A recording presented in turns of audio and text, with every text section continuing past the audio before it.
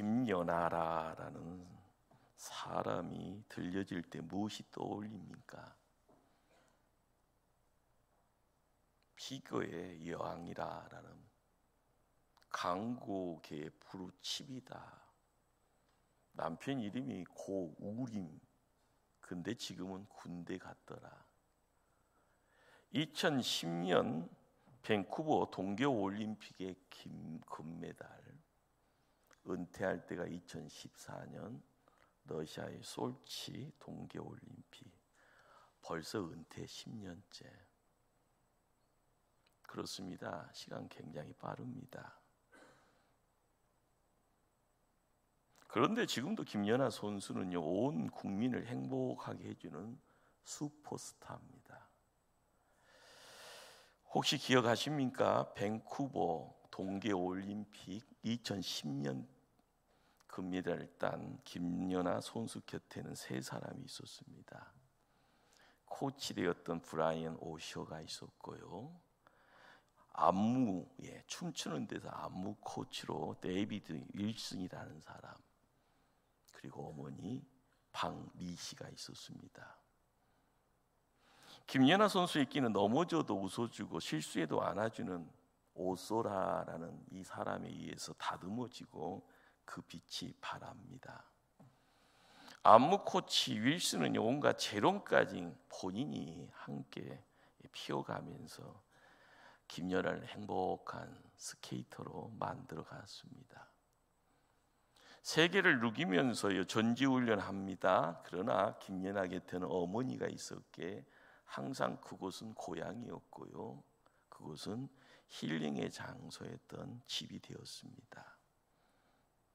그렇게 언제나 마음을 다해주는 사람들이 있었기에 한 명의 슈퍼스타가 만들어진 겁니다. 여러분을 슈퍼스타로 만들어 가시는 명감독이 있다 하면은요, 혹시 누구라고 생각됩니까? 깊은 고민 속에 누군가를 떠오른다 하면 맞을 수 있겠죠. 그러나 우리 하나님이실 겁니다. 하나님은 우리가 실패해도 웃어주고요, 기다려 주십니다. 인생 기술, 스킬이 부족하더라도요, 하늘의 지혜로 채워주십니다. 우리가 쓰러지고 넘어져도요, 손 붙잡아 이렇게 세워주십니다. 하나님은 우리의 인생의 최고의 그리고 위대한 감독이십니다. 꼭 믿으시길 바랍니다.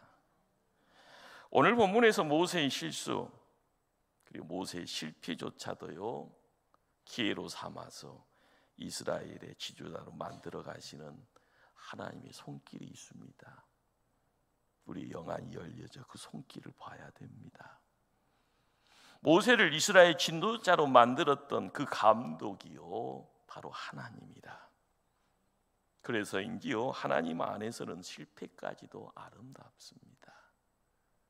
함께 읽었던 오늘 본문 출애굽기 2장 11절로 25절에는요, 고통을 당하고 있는 이스라엘 백성이 있습니다.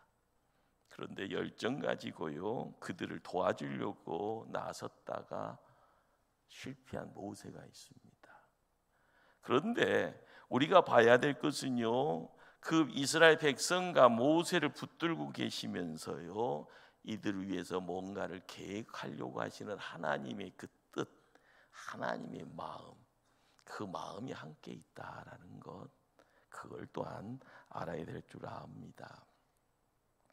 오늘 읽은 본문의 시작 11절의 시작은요, 모세가 장성한 후에, 그놈의 장성이 어느 정도까지 됐는가요? 모세의 나이는요, 언급되지 않습니다. 그런데 신약 성경 사도행전 7장 23절에는요, 나이가 40이 되매라고 해서 모세의 나이가 40세가 되었소라고 짐작해 합니다. 재밌는 것은요, 그 앞에 10절까지의 말씀은요, 모세가 태어났을 때의 정황을 이야기를 합니다. 그러기에 10절과 11절 이 두 절 사이에는요, 40년이라는 세월이 묻혀져 있습니다. 말씀을 계속 읽어갑니다. 11절.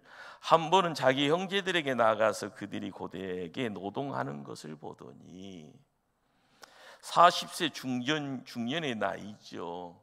어디 가서 어깨 좀 필 수 있는데 신분이 애굽의 이집트의 왕자입니다. 자, 히브리인을 찾아갔다라고 기록하지 않고요, 성경은 자기 형제를 찾아갔다라고 기록한 이유가 뭘까요?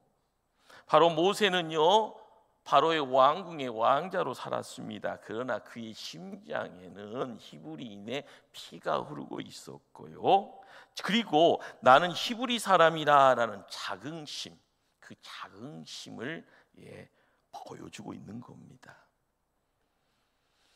그런 노동 현장에서 한 노예 감독관이 히브리 사람, 자기 형제를요 심하게 치는 것을 봅니다. 한 마리 짐승처럼 일하는 자기 동족이에요. 그 넘어짐의 자리, 그 고통의 자리, 거기에 참을 수 없는 분노를 느낍니다. 누가요? 모세가요. 모세는 주변에요 다른 사람 없음을 확인하는 가운데요, 스스로 생각해도 큰 죄악이라고 할 수 있는 노예 감독관을요 쳐 죽입니다. 그리고 모래속에다가 감춰버립니다. 안전범죄라 생각이 되어지죠. 이제는 내 동족을 괴롭힐 사람 사라졌으니 좋은 세상 되겠군이, 이런 생각입니다. 재밌는 것은요, 모세의 이런 행동에 대해서 성경은 잘했다 잘못했다라는 윤리적 판단은 전혀 말하지 않습니다. 모세는 이튿날 다시 그 현장을 방문합니다.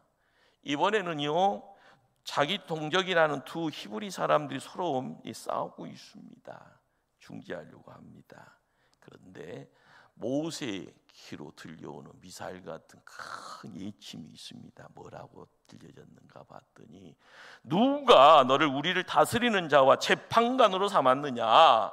내가 이 애굽 사람을 죽인 것처럼 나를 죽이려느냐? 이런 사람 같지 않은 소리가 들려왔습니다. 당시 이스라엘 백성들의 영적 상태가 어땠는가를 보여주고 있습니다. 하나님 말씀의 순복은요 어린 반푼 없습니다. 하나님 말씀에 무릎 꿇는 것은 상상할 수 없습니다.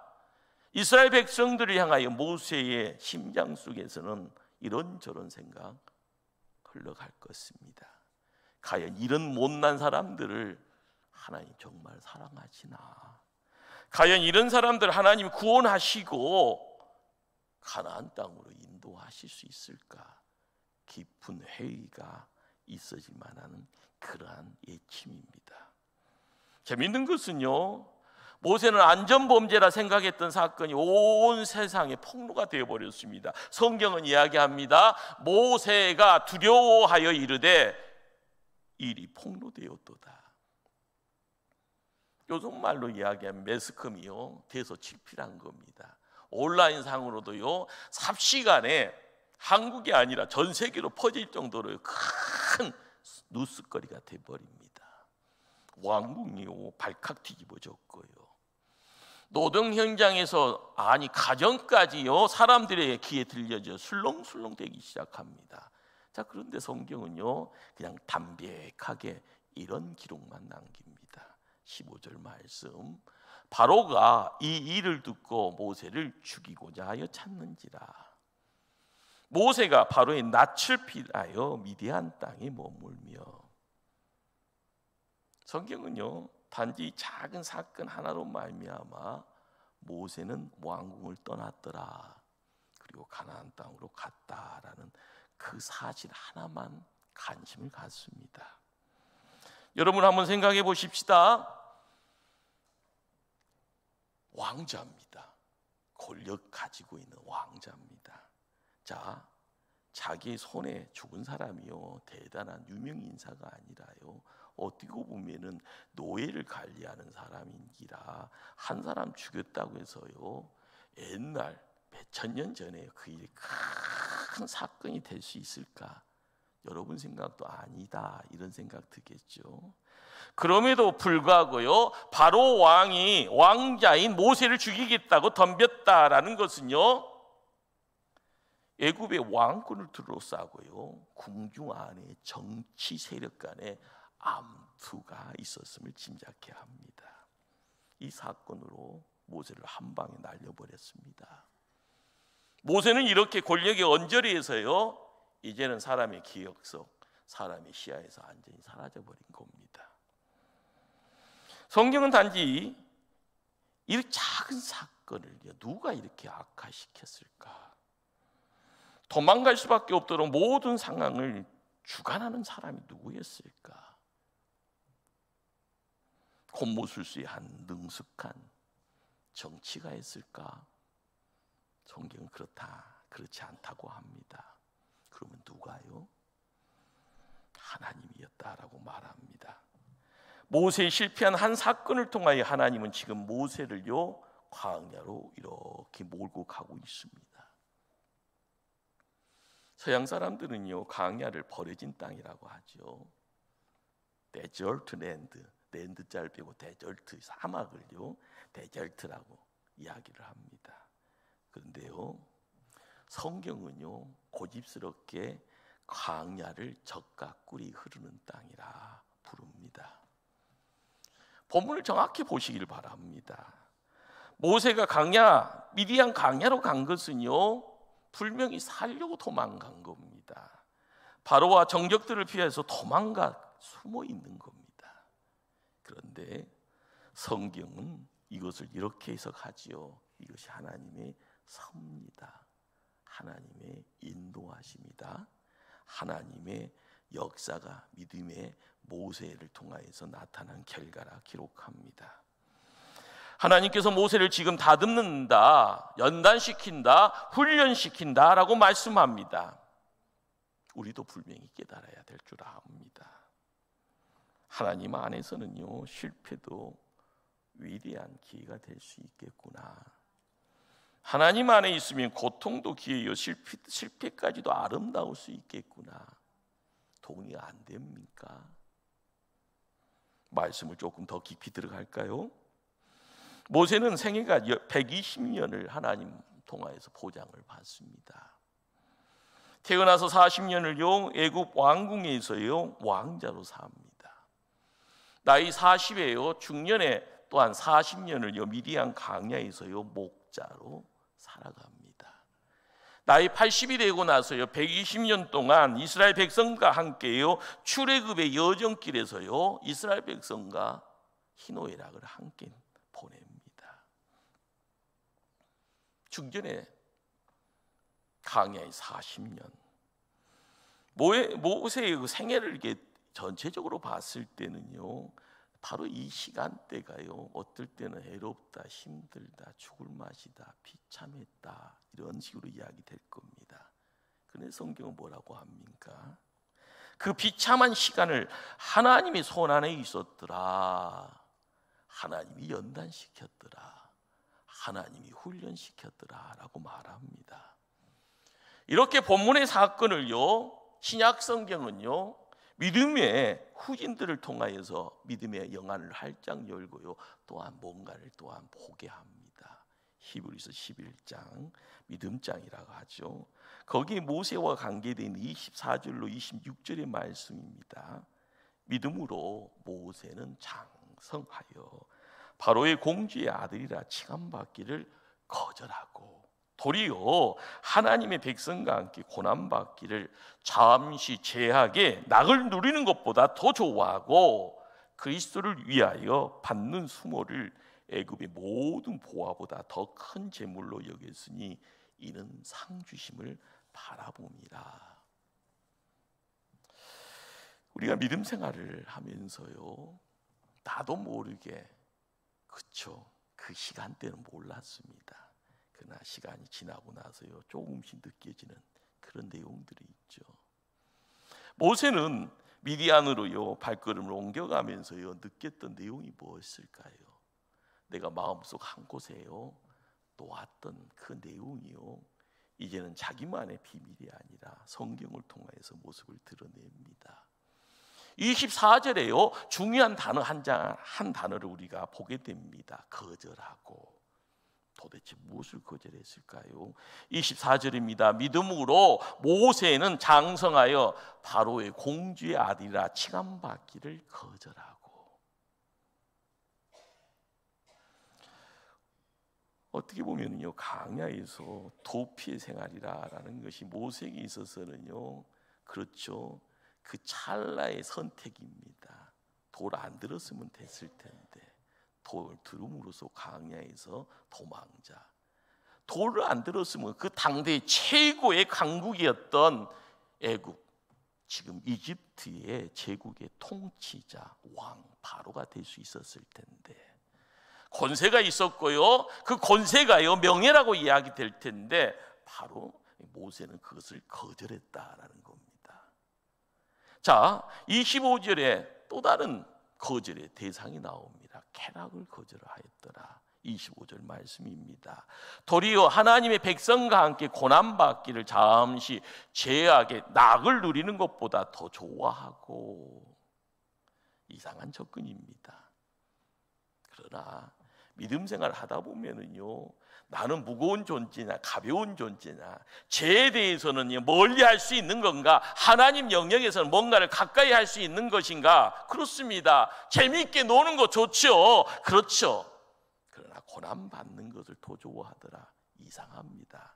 그러나 믿음 생활 하다 보면요, 이쪽이 끌릴 때가 더 많습니다. 자기 백성들과 함께 고난받는 것이 더 의미가 있더라, 더 가치가 있더라, 더 보람차더라, 더더욱 하나님이 기뻐하는 일이더라. 그것을 느낍니다. 그걸 깨닫습니다. 그리고 그 현장으로 발걸음 옮겨갑니다. 26절에는요, 모세라는 한 인물이 뭘 당당히 거절했는가? 부유라라는 것을 당당히 거절했다고 합니다. 자, 26절 말씀입니다. 그리스도를 위하여 받는 수모를 애굽의 모든 보화보다 더 큰 재물로 여겼으니 이는 상 주심을 바라봅니다. 하나님이 우리에게요, 눈 시야를요, 시력을 주셨습니다. 보는 것의 능력이 시력이잖아요. 그런데 믿는 자는요, 보는 것의 능력이 안 보이는 것까지 볼 수 있는 능력을 주셨습니다. 이것을 영역이라고 하죠. 영안이 열려야 되는 겁니다. 우리가 믿음 생활을 통하여서 하나님 종 되어지는 자리에서 깨달아야 될 것이 뭘까요? 세상 안 믿는 사람하고 똑같은 수준으로 뭘 보고 있으면서요, 저 사람이 기뻐할 때 나도 덩달아 더 기뻐하고 있으면서 더 그러면서 복 받았다고 이야기하는데 그 복이요, 무게감이 없습니다.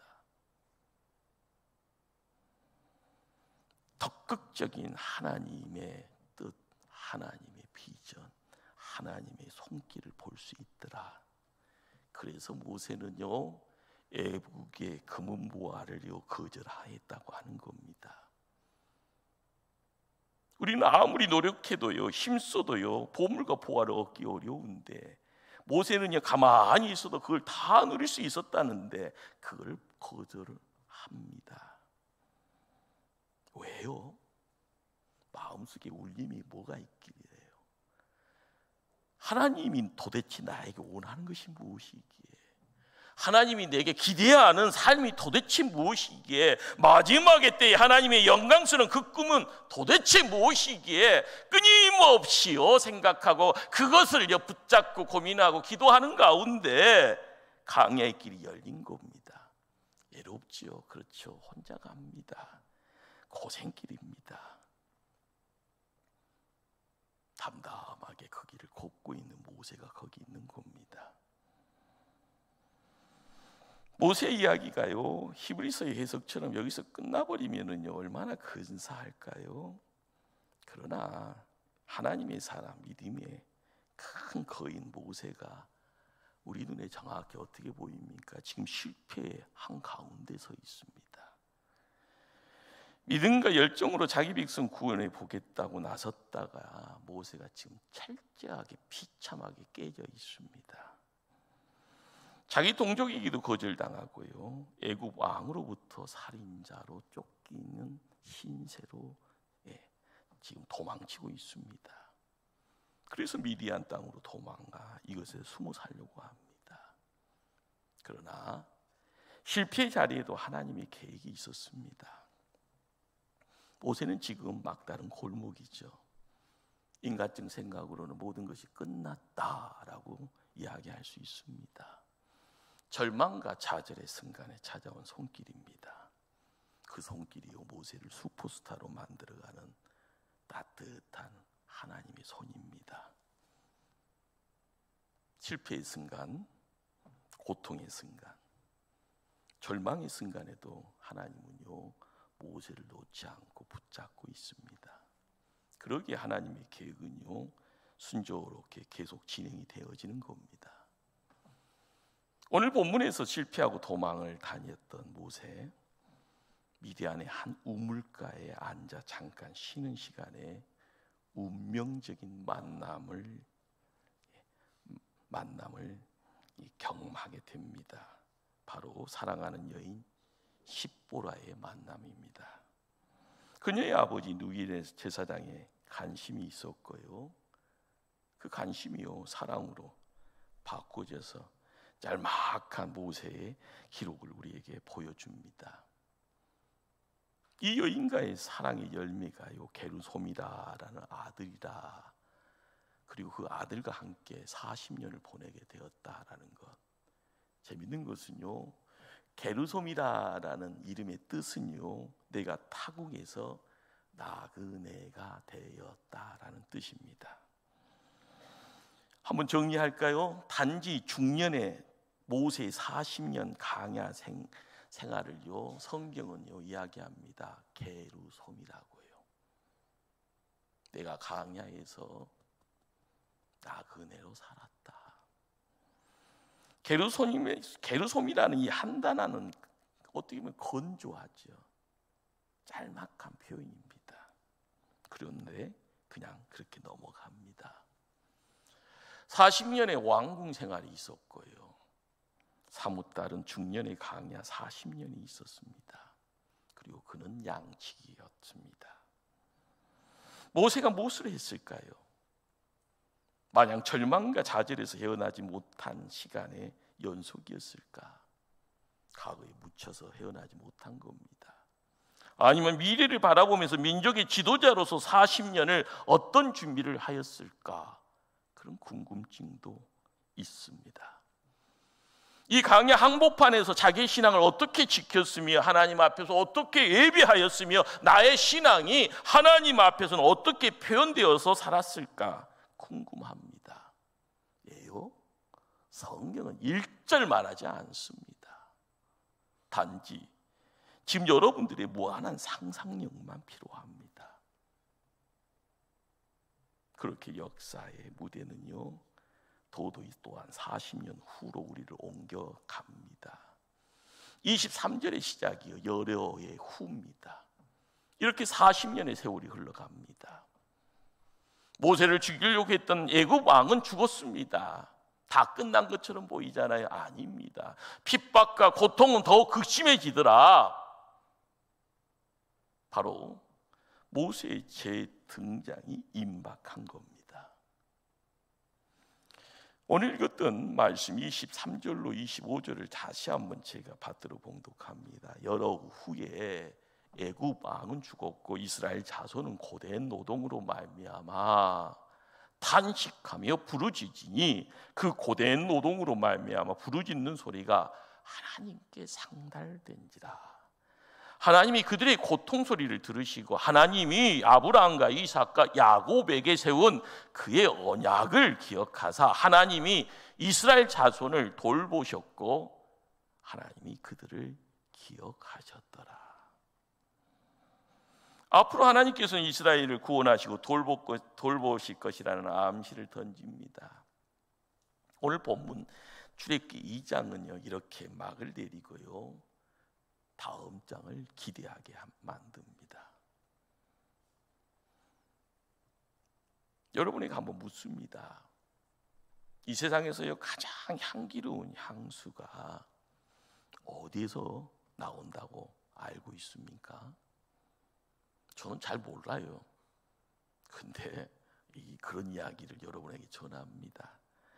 발칸 산맥의 장미에서요 나온다고 하네요.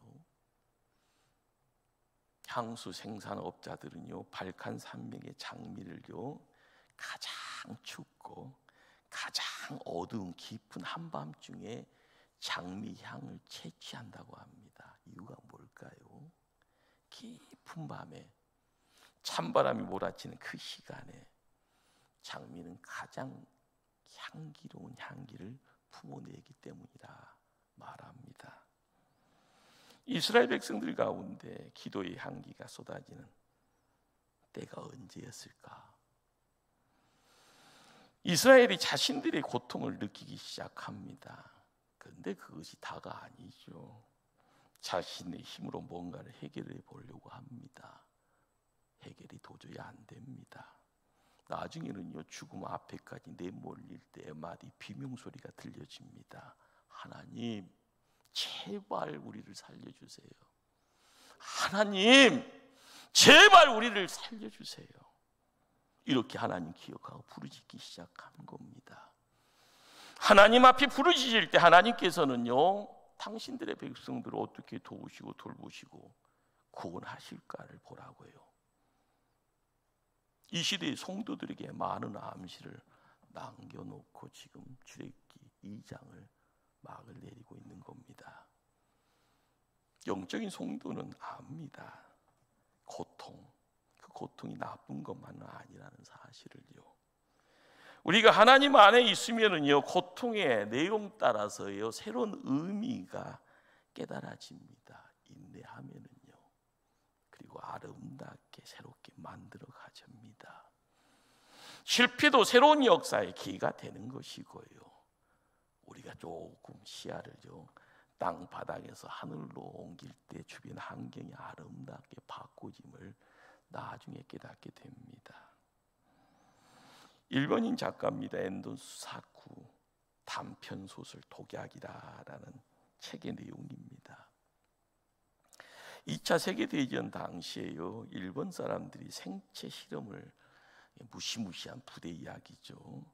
그런데 거기에 노대 의사라는 한 인물을 주인공으로 글을 써 나래갑니다. 살아있는 사람입니다. 간을 자르고요 폐를 자르고요 그리고 여러 현상들이 일어나는 것을 관찰합니다. 생사람이 죽어나가는 그 모습을 바라봤을 때 정상인들은 그 부르짖는 고통 앞에 자기 또한 정상이 아닌 것을 느끼는 거죠. 그런데 이런 일들이요 계속 반복됩니다. 100번, 1000번이요. 점점 노데라라는 의사는 자신의 양심의 고통이 사라지는 것을 느낍니다. 결국 그는요 미쳐버리고 맙니다.